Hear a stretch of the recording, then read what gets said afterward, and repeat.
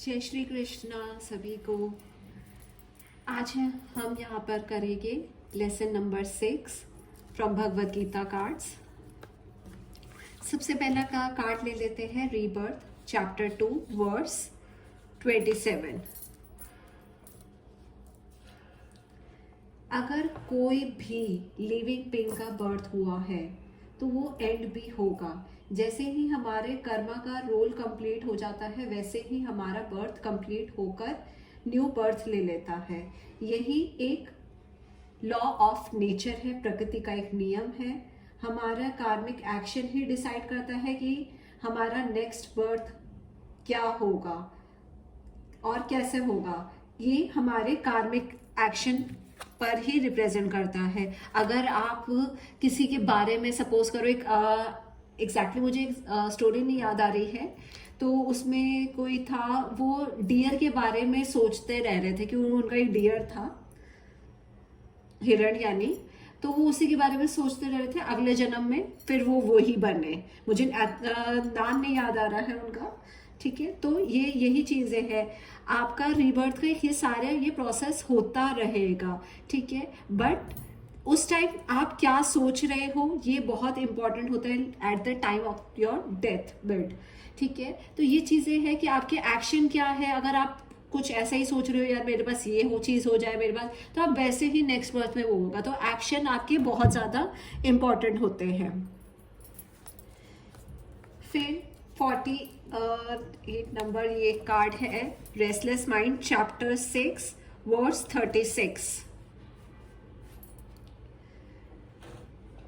जो अपने माइंड को कंट्रोल नहीं कर पाता वो state of the mediator and state of the mediator को भी कभी अचीव नहीं कर पाता। लोगों को लगता है मेडिटेशन कर कुछ ही दिनों में माइंड को आप कंट्रोल कर लेते हैं। ऐसा बिल्कुल नहीं है। कई आश्रम भी चले जाते हैं माइंड को कंट्रोल करने के लिए। अगर गलती से मटेरियलिस्टिक वाला डिजायर आ जाए, आप फिर से वापस उसी मटेरियलिस्टिक चीजों में आ जाएंगे। हमें अपनी अप्रोच को एनालाइज करना चाहिए ताकि हम मटेरियलिस्टिक चीजों में ना फंसे, माइंड को कंट्रोल करें। तो देखो, माइंड हमारा कुछ ना कुछ कहता रहता है, हमें अपने माइंड को ही कंट्रोल करना चाहिए। वो क्या चीज़ है हमारे लिए सही है या नहीं है, हमें देखना चाहिए। अगर कोई भी चीज़ है तो हमारे लिए स्पिरिचुअल बेनिफिट कैसा होगा, ये अगर हम इस चीज़ को देखते हैं तो कहीं ना कहीं हम अपने माइंड को ऐसे ही कंट्रोल कर लेते हैं। तो ये कार्ड बोला गया है कि डिटैच हो जाओ, ठीक है, अपने मटेरियलिस्टिक माइंड से, और अचीव तभी आप सेल्फ रियलाइजेशन करोगे जब आपका माइंड एक कंट्रोल होगा। नेक्स्ट कार्ड आ जाते हैं सेक्रीफाइस चैप्टर 3 वर्स 9। हमें अपने हायर आइडल को सेट करना चाहिए, फिर उसके बाद हमें अपने एक्शन को परफॉर्म करना चाहिए। बट जब भी ऐसे करें हम सेल्फिश नहीं हो, हमें आइडल के लिए ही वर्क करना चाहिए, अपने भगवान के लिए ही वर्क करना चाहिए। सेल्फिश एक्शन हमें बांध कर रख सकते हैं। हमें अपने सेल्फिश एक्शन को सेक्रीफाइस करना चाहिए, तभी हम स्पिरिचुअल पाथ पर आगे बढ़ पाएंगे। कहीं ना कहीं देखो, भगवान हो तो किसी ना किसी चीज का आपसे वो सेक्रीफाइस मांगते हैं। आपका हो सकता है कोई टाइम मांगते हो, कुछ भी हो सकती हैं चीजें आपकी, जो एक इतनी मटेरियलिस्टिक आप एंजॉय कर रहे थे शायद उसका सेक्रीफाइस। तो देखो, मांगते नहीं है, बट अगर आप अपनी स्पिरिचुअल लाइफ में खुश रहना चाहते हो तो ये सब चीजें इंपॉर्टेंट हो जाती है। कभी कभी हमारी लाइफ में कंट्रोल नहीं होता है कुछ चीजों का, तो उस टाइम हमें क्या करना चाहिए, हमें गॉड को सरेंडर कर देना चाहिए, सेक्रीफाइस उस चीज के लिए कर देना चाहिए है। हो सकता है वो चीज आगे के लिए जाकर वो अच्छी बन जाए। नेक्स्ट आ जाते हैं सेक्रेड होम चैप्टर 7 वर्स 8। हमारा माइंड ग्लोरीज जल्दी अट्रैक्ट हो जाता है। अगर यही ग्लोरीज गॉड के लिए हो तो हम अपने स्पिरिचुअल गोल के लिए एडवांस हो जाते हैं। और बोला गया है कि ओम जो है वो एक ऐसा एक इटर्नल एसेंस है जिससे यूनिवर्स क्रिएट हुआ है। मेडिटेशन ओम का भी करने से काफ़ी हाईएस्ट मेडिटेशन माना गया है। अगर आप कहते हैं कि 30 डेज भी अगर आप रेगुलर मेडिटेशन ओम का करो तो आपकी लाइफ में कहीं ना कहीं पॉजिटिव चेंजेस आते हैं। शायद ये नहीं कहूँगी कि आपके जैसे काम बनने स्टार्ट हो जाएगा, नहीं, आपको एक सेल्फ रियलाइजेशन की पावर इतनी स्ट्रांग हो जाती है कि आपको चीज़ें बहुत ही आसानी से आप हैंडल कर लेते हो।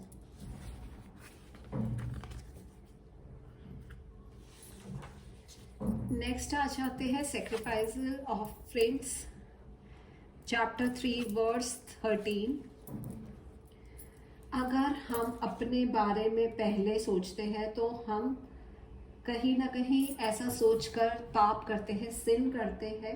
अगर हम सबके बारे में सोचते हैं, फैमिली, सोसाइटी, नेशन, सब हम तब हम फ्री हो जाते हैं सिन से, यानी पाप से। हमें कुछ बात शेयर करनी चाहिए, उसमें से 1% ही क्यों ना हो, इससे आप वरी नहीं करोगे।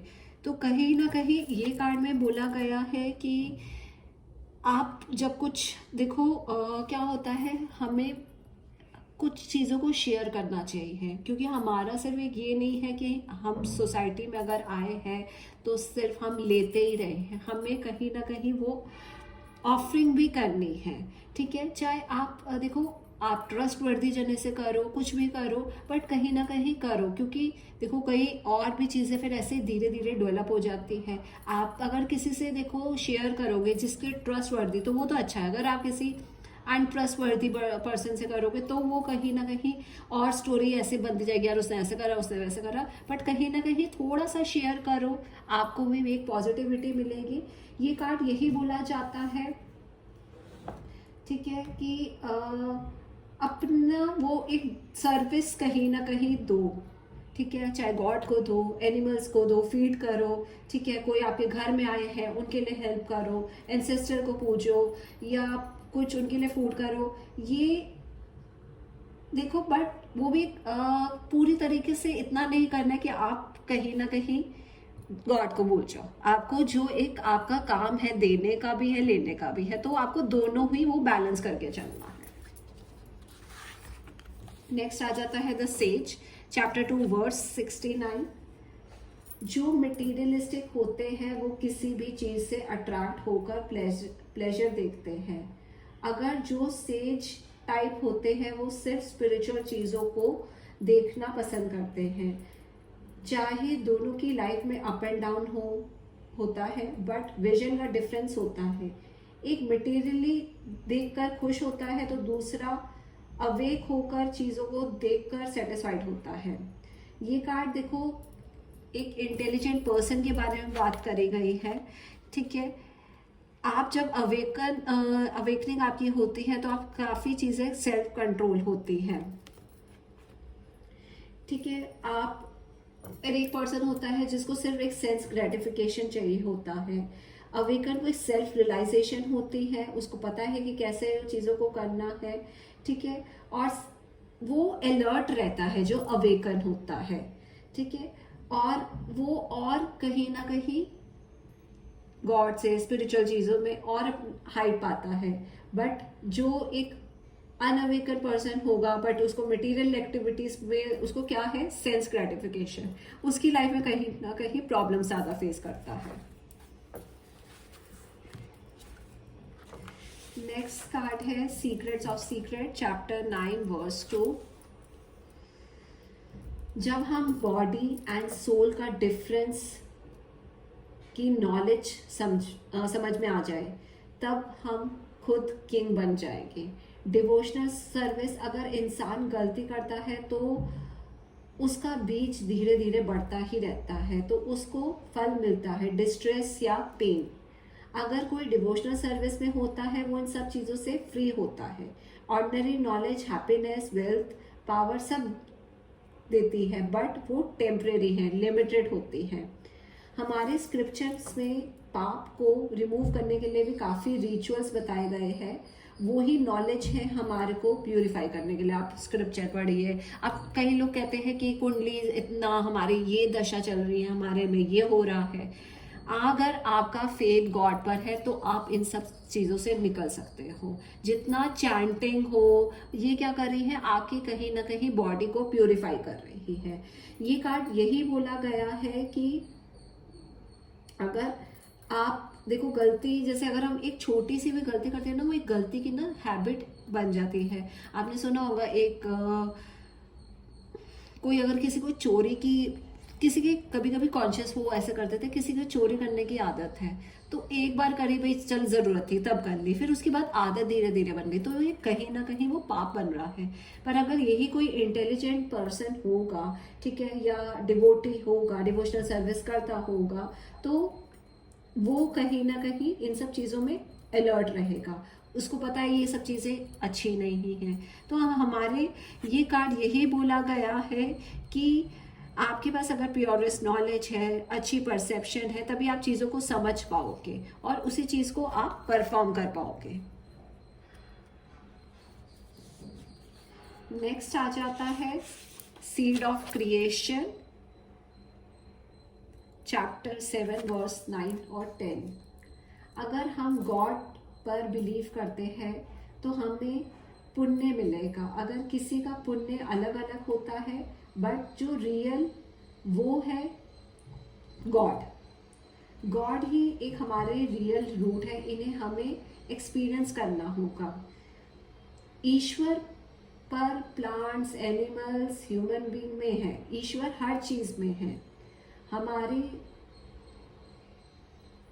तपस्या ईश्वर के लिए ही होनी चाहिए। अगर कोई सेल्फलेस सर्विस करता है, सेल्फलेस एफर्ट करता है, तो वो ईश्वर करवा रहा है। ठीक है, देखो सारा जो इसमें ये कार्ड है कि कहीं ना कहीं हर चीज़ उन्हीं की बनी हुई है। आप अगर, कई लोग कहते हैं कि हम तो भगवान को नहीं मानते हैं, आप किसी ना किसी फॉर्म में मान रहे हो। ठीक है, क्योंकि हर चीज़ में भगवान है, चाहे आप पत्ते में ले लो, चाहे किसी भी चीज़ में ले लो। एक ये क्या है, एक उस एनर्जी को आपको कहीं ना कहीं समझना है। आपका यही एक रोल है और वो हर चीज़ में है। ठीक है, और यहाँ पर अगर हम इस तरीके से वो चीज़ों को करें, स्मेल करें, फ्रेगनेंस को समझें, ठीक है, हर चीज़ में, तो ड्यूरेशन जो अच्छी हमारे स्पिरिचुअल चीज की हो जाती है, उस बीज को हम धीरे धीरे डेवलप कर सकते हैं। अगर मैं यहाँ पर देखो सरस्वती माँ है, ठीक है, यहाँ पे मेरे क्रिस्टल्स है, मैं हर चीज़ में सोच सकती हूँ ये सब उन्हीं का बनाया है, वो ही है, हर चीज़ में वो समाये हुए हैं। तो एक सीड, अगर जैसे कहते हैं कि बीज बो दिया है, ठीक है, अब वो कैसे वो मूव होगा वो ही डिसाइड करेंगे। बट आपका एक फेथ होना चाहिए, मेंटेन करना चाहिए चीज़ों को। नेक्स्ट आ जाता है seeing God, chapter 6 verse 30। Eternal essence को देखने के लिए टाइम लगता है। हम हर चीज़ में ईश्वर देखना चाहिए, हमें हर चीज़ में गॉड को देखना चाहिए। वो हर जगह है, हर एक चीज़ ईश्वर से बनी है। अगर हम ऐसा सोचते हैं तो कोई सिंगल मोमेंट नहीं हो सकती है कि हम गॉड से दूर हो। हर चीज़ में आप ये देखो, यही कार्ड बोला गया है। अगर जैसे किसी की प्रॉब्लम है कि मैं भान नहीं, मेरी वाइफ से नहीं बन रही है, हस्बैंड से नहीं बन रही है, तो आप उनको हर चीज़ में भगवान को देखो, उनमें भगवान देखो। ठीक है, अपने भगवान देखो, जिस भी आप भगवान को मानते हो, अपने आप के अंदर देखो हर चीज़। Because we all are children of God, we are like energy. तो ये चीज़ें बहुत अच्छी चीज़ें हैं। नेक्स्ट आ जाते हैं 56 सेल्स कंट्रोल में, चैप्टर 2 वर्स 58। कुछ चीज़ें हमें खराब कर देती है, जैसे जॉय, सॉरो, गेन, लॉस। जब हम इसमें से किसी एक फैक्टर को भी डिटेक्ट कर लेते हैं, तब हम अपने सेंसेस को कंट्रोल कर लेते हैं। सबसे ज़्यादा ज़रूरी होता है हमारा कैसे कनेक्ट हो रहे हैं भगवान से, ठीक है, हमारी सर्विस, डिवोशनल सर्विस कैसी है, हमारा सेंस कंट्रोल कैसा है, गुड टेस्ट, हमें टॉर्टॉइस की तरह होना चाहिए, धीरे धीरे डिवोशनल माइंडसेट रखना चाहिए। मैं कभी नहीं कहती हूँ कि आप अपने माइंड को एकदम से वो कर लो कि हाँ कल से मैं पार्टी नहीं जाऊँगा, ये नहीं करूँगा, एकदम से नहीं है, धीरे धीरे, बिल्कुल जैसे बोला गया है कि टॉर्टॉइस की तरह अगर आप करोगे तो कहीं ना कहीं आपके अंदर वो विजडम आएगी। धीरे धीरे ही उन सब चीज़ों को डेवलप करो, ठीक है। ये आज के लिए ये लेसन ख़त्म। तब तक आप मेरे चैनल को लाइक कीजिए, सब्सक्राइब कीजिए और कमेंट सेक्शन में कमेंट कीजिए और बेल आइकन के बटन को प्रेस कीजिए। Thank you.